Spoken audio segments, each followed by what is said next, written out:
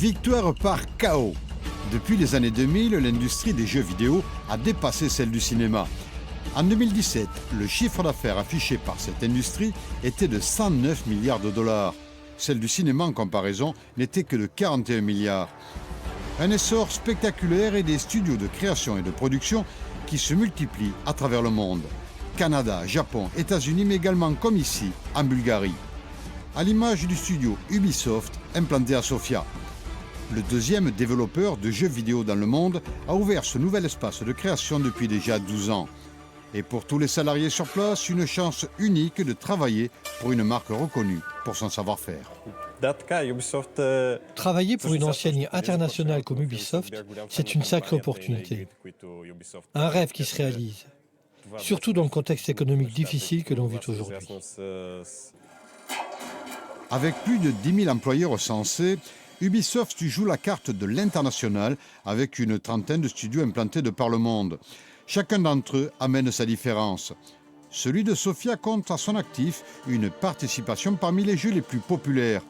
Une signature revendiquée avec une réelle fierté. Nous sommes relativement récents comme studio de création, mais cela ne nous a pas empêchés de nous impliquer dans les jeux parmi les plus connus. Ainsi, Ubisoft Sofia est à l'origine de quelques-uns des personnages les plus célèbres, comme par exemple la première femme meurtrière dans la série Assassin's Creed, l'un de nos produits les plus connus. À Sofia, nous avons aussi créé le premier personnage de couleur qui a intégré ce jeu, ainsi que l'un des fameux Templiers, toujours pour ce jeu emblématique.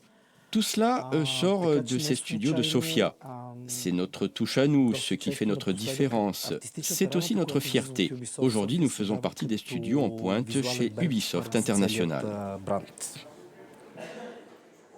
L'économie digitale a su trouver dans cette ville de Sofia une véritable terre d'élection. Un effet direct sur l'emploi dans la capitale bulgare. Le nombre d'entreprises liées au numérique ne cesse d'augmenter à l'image de l'évolution de ce studio de développement de jeux vidéo.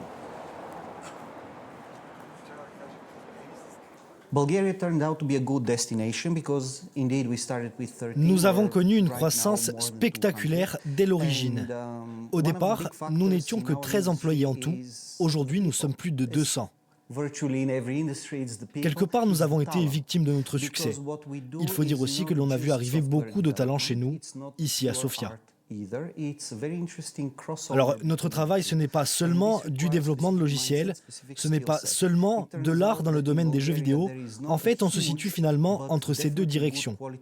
Il faut réussir un bon mariage entre le créatif et le lancement de ces logiciels. Autre exemple de cette percée de l'économie numérique à Sofia avec la société Trixir. Donc ici, c'est l'équipe admin et RH de Trixir. La partie développement, toute la partie technique, l'équipe artistique... Une vingtaine d'employés et un studio qui s'est spécialisé dans le serious game. Il s'agit d'outils éducatifs utilisés dans des domaines comme la prévention ou l'information, avec toujours un aspect ludique propre aux jeux vidéo. Une formule et des investisseurs qui ont là aussi parié sur les potentiels que propose cette ville de Sofia.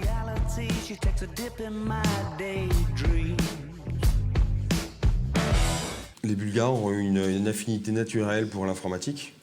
Alors naturelle ou plutôt historique.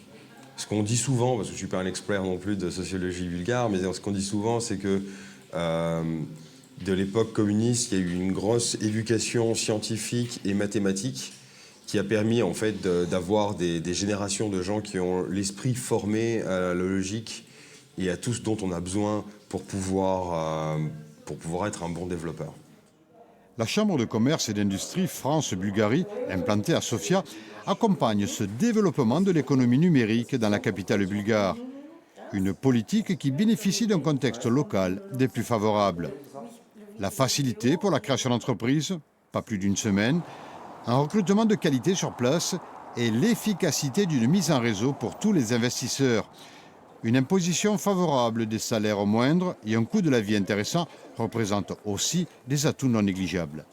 Nous avons des entreprises qui conçoivent, qui dessinent, qui créent des jeux complètement en Bulgarie et d'autres qui conçoivent des jeux qui sont commercialisés sur Internet. On est complètement dans le monde digital. Et en termes d'entreprises, en termes de nombre, je pense que moins d'une dizaine d'entreprises au début des années 2000, nous sommes aujourd'hui à peu près 200 acteurs dans différents corps de métier liés au digital. Et parmi eux, il y a nombreuses entreprises qui travaillent dans le jeu vidéo. Dans la seule ville de Sofia, on recense 24 écoles secondaires spécialisées dans l'informatique et les nouvelles technologies. 1000 élèves sont concernés. L'université prend ensuite naturellement le relais. Les investisseurs étrangers dans le domaine de l'économie numérique sont ainsi confortés dans leur démarche. Aujourd'hui, on est venu ici pour créer, pour développer, pas pour utiliser la main-d'œuvre ou le système de taxes, etc. Effectivement, il existe, donc on ne va pas se leurrer, on l'utilise également, mais notre objectif était de créer une nouvelle économie, de travailler avec les locaux, etc. Cette économie digitale, selon vous, va s'inscrire dans la durée? Oui, elle va s'inscrire dans la durée parce que justement, on se rend compte, là, en 2 ans, il y a énormément d'entreprises qui viennent s'installer en Bulgarie. Donc, ce que j'ai constaté personnellement, c'est qu'il y avait énormément de talents bulgares qui partaient à l'étranger justement parce qu'ils avaient des formations intéressantes.